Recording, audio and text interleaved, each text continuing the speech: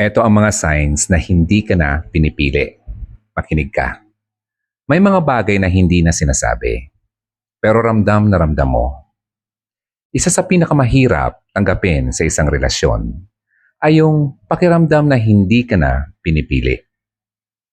Hindi na ikaw ang iniwan agad, pero hindi ka na inuuna. Unang sign, hindi ka na priority. Dati, hinahanapan ka ng oras.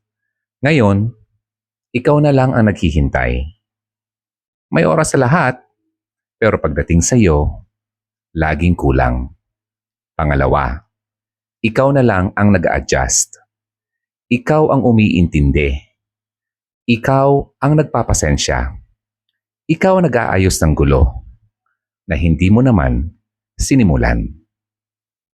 At napapansin mo, kapag ikaw ang may kailangan, biglang tatahimik yan. Biglang pagod.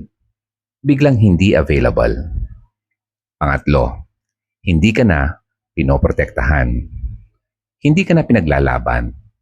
Kahit sa simpleng salita ng ibang tao, hinahayaan ka na lang masaktan. Kapag mahal ka, hindi ka hinahayaang mag-isa sa laban. Pero kapag hindi ka na pinipili, mag-isa ka na lang. Kahit dalawa pa kayo. Pang-apat, wala na siyang pakialam kung mawala ka. Dati, takot siyang mawala ka. Ngayon, parang okay lang. Parang tanggap na niya. Kahit hindi mo pa tinatanggap. At ang pinakamasakit na sign, kailangan mo pang patunayan ang halaga mo sa kanya. Kapag umaabot ka na sa puntong kailangan mong ipaalala kung bakit ka dapat piliin niya, doon mo ma-realize baka hindi ka na talaga ang pinipili.